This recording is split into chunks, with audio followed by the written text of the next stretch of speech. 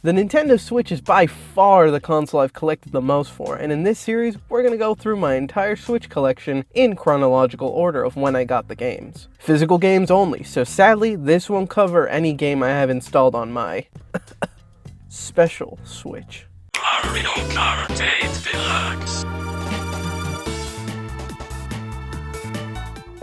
The Wii U sold 13.56 million consoles. Mario Kart 8 sold 8.46 million copies. Releasing a Mario Kart for the launch of your new system was gonna be a recipe for success. And it was!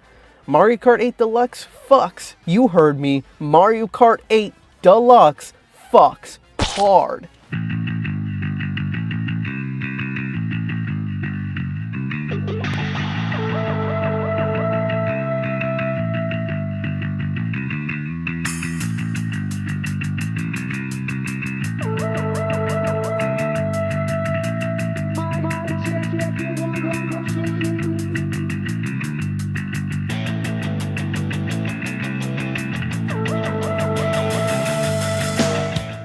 It was the first game I got for my Switch. I didn't have Odyssey, and I didn't have Breath of the Wild, but fuck those games. I didn't need them. Mario Kart 8 was one of the few games I owned for the Wii U, and I absolutely loved it. So re-releasing a better version of it, that was a no-brainer. The money just flew out of my pockets. Now I do think 60 doubloons may have been a little steep for reheated nachos, but for what you're getting, it was honestly worth it. Everything from the original game, plus all the DLC included, an upgraded battle mode, and various changes and fixes to the gameplay? Come on, that's too easy. That's definitely worth 20 bucks alone. It is absolutely my favorite Mario Kart, and I think, sorry, I'll fucking say it, the best in the series in my opinion. Is it a little boring to say that? Yes, but it's true. If you just want a pure Mario Kart experience, look no further. Shoot me up with some Mario Kart 8 Deluxe.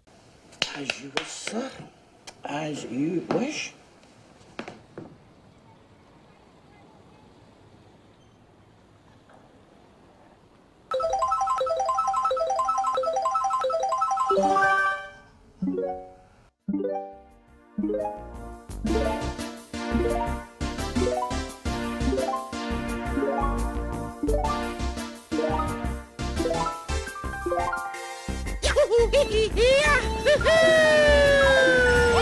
When this game came out, it was my bread and butter. I don't think I ever stopped playing Mario Kart 8 Deluxe since it came out. It's always been in the main rotation, and I think that says a lot about how quality of a game this is. Fast forward way later and we get a bunch of DLC tracks for this game. An absolute killer of a game with so much replayability. If I were to have a limited number of Switch games, and I did for quite a while, I couldn't be more grateful that one of them was Mario Kart 8 Deluxe. Also, the Mercedes carts are still fire.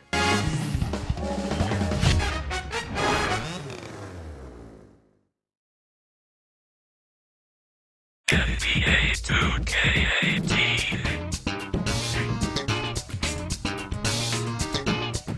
NBA 2K. I don't watch sports regularly, but I do at least try to keep up with basketball, hockey, and baseball. Glory to the Knicks.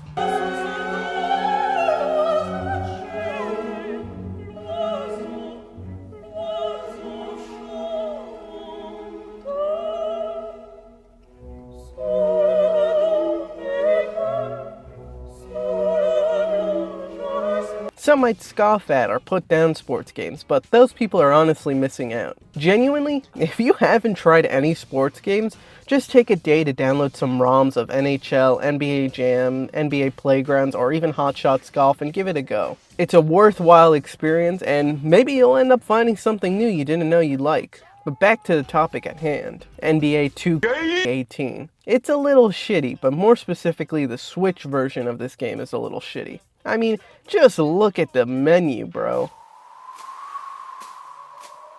Barren. Not much to look at or really do. This is very much a get in and get out kind of game.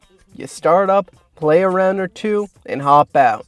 To me, this is excusable on the Switch because it's portable and pretty underpowered. But for a game that retailed at $60, this is pretty unacceptable. For a $40 Switch version, this would be a great deal.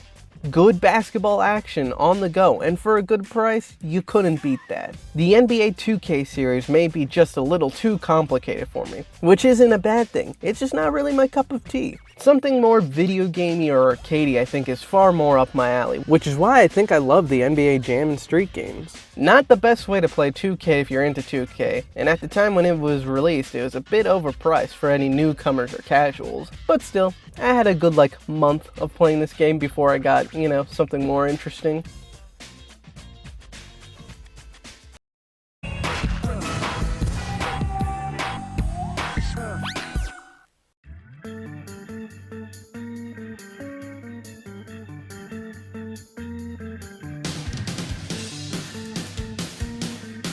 Stick around for more Zoodler.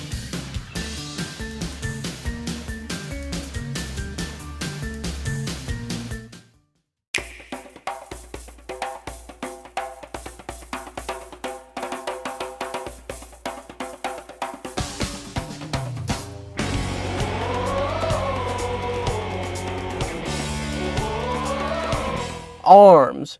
Pure wasted potential. Not because this at one point new Nintendo IP is now dead in the water, but because they could have named the game Fists.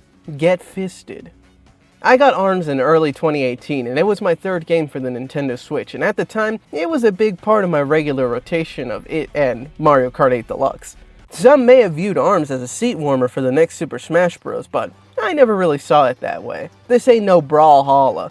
For me, ARMS was kind of like a beacon of hope. A completely brand new Nintendo IP. Splatoon and ARMS felt like they were the 1-2 punch of the next generation of Nintendo. The days of the fat plumber, the twink, and the animals people want to bone seem to have been coming to a close as the new guys were coming in to take the spotlight. Both Breath of the Wild and Mario Odyssey were the newest installments in long-running series that both finally innovated in big ways, all while these brand new IPs were being introduced at the same time. It was beginning to feel like a bold new era for Nintendo.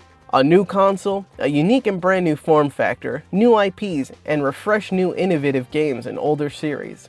ARMS releasing early was also a bold choice as it released June 16th, 2017, only a couple months after the Switch released. The character introductions were so hyped and felt like something out of Smash Bros. Holy shit.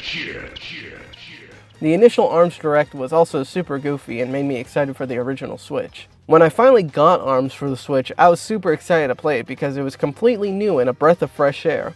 All the new characters were sick, and some of them made me sick. Backpedaling to the start of this segment, it was early 2018, and I just got the new addition to my Switch collection. Now, I'm not much of a fighting game fan, and I can prove that by saying Super Smash Bros. Is my second favorite fighting game, right behind Soul Calibur. So take this with a grain of salt. ARMS is pretty lackluster, both in terms of a fighting game and video games in general. Casually, I don't think this game has enough cool or iconic characters, addicting gameplay, or even momentum to draw in a casual audience. Competitively, this game seems to be either too simple with not enough room for people to break it like Super Smash Bros. Melee, Happy feet, one more combo. That ain't Falco. That ain't Falco.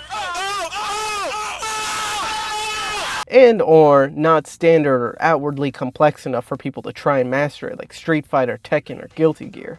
I think that it looking like a goofy ass game may have turned off a lot of fighting game fans. From what I've seen online, a competitive scene did form for ARMS, but it doesn't seem to have had enough momentum to grow, at least in the US. There's a great video by Action that delves way deeper into this than I could ever or would ever want to go into. Initially, when the game released, there was enough meat on its bones to keep you entertained in the short term, but after just a few months, you basically burned through everything it had to offer. I say this is an issue initially because I thought Nintendo was going to regularly update and maintain the game by either releasing new content for it, which they did, but it only ever got 5 major content updates. And by the time the last one came out, it was already too little too late. Both ARMS and Splatoon seemed like attempts by Nintendo to make their own esports, but either they didn't want to or didn't know how to actually make this happen, which is I think a big contributing factor as to why this game feels so lackluster. There's nothing to do in the game. It's so barren and empty. I get that I'm a solo or offline player in most regards, so this issue would affect me the most, but even in an online sense, there's not much to do or strive for within the confines of the game. It feels like they put all their effort into the online multiplayer aspect, but completely forgot to put an actual game along with it. You can collect arms and badges, fight the CPUs, and play the simple minigames. That's pretty much all there is to it.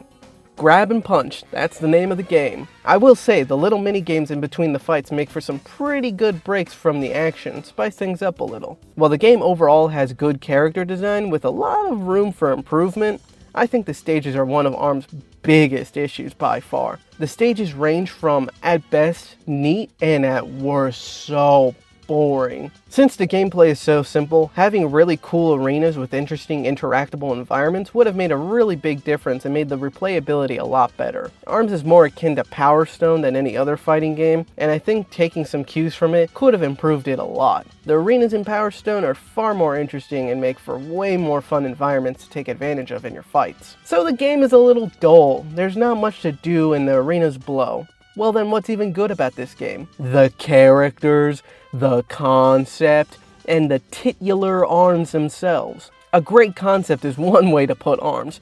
Literal flying fists. Sounds like a great idea, but I think having so much distance between you and your opponent kind of makes things a little less impactful, and the stages I think give you a little too much space to roam around. I think maybe shorter arms and better stages could have made the gameplay more intense and a lot more addictive. Characters. Half of them I think are pretty cool, the other half are a little bland and forgettable. Some more time in the kitchen or a little bit more unique of an art style could elevate the game a lot more. Maybe giving these characters lore-based battles or stories could give this game a lot more replayability and would help people get attached to characters and the game. I think that making ARMS character exclusive would give you more of a reason to play as a certain character, and it would make different matchups more interesting. I think this also may have made it easier for the competitive scene to grow. I came back to this game in order to make this video, and I played both solo and multiplayer with a friend. Playing through this solo was pretty fun, but not engrossing in the slightest. And it's really no wonder I never came back to it. I got my fill of it pretty quickly because I didn't see a reason to try other characters or ARMS other than to just do it for the sake of it. Playing multiplayer was also fun for 1 or 2 rounds, but then we ran into the same problem again of not having a good reason to keep playing. The different multiplayer modes were neat, but nothing to write home about, and again, we weren't given a reason to keep playing. ARMS just kind of felt a little shallow, but when ARMS was new, it had a lively online scene, and since the games back then were slim pickings, it made owning and playing ARMS kind of a no-brainer. Nintendo Switch Online was also free back in the day, so that gave me a good reason to play ARMS. But after they made the Switch, and you actually had to pay for online, I didn't really feel the urge to pay for it in order to play ARMS, which when compared to Smash and even more fairly Mario Kart 8 Deluxe, was entirely not the case at all. This all brings me to the biggest issue of the game. ARMS just kind of feels half-baked, which to me, yeah, isn't great, but if this were the first game in a new series, and since it launched so early in the Switch's life, it could have been excusable. It could have been a great first step to something so much better, but it was robbed of a follow-up. If we ever got an ARMS 2 relatively soon after the first, that could have maybe broke big and been the big new thing, but we'll never know. Is it too late for ARMS? Yeah, it's far too late. They needed to strike while the iron was hot and release something that improved upon what was already there. Imagine if Splatoon 2 never happened, or if they waited for the release of Splatoon 1 till Splatoon 3 came out to release the next game in the series. That would have been just fucking the dumbest shit ever. Splatoon would honestly not have had a real chance to succeed as much as it did with the second and third games. Truly wasted potential. Why the fuck was there no Punch-Out collab?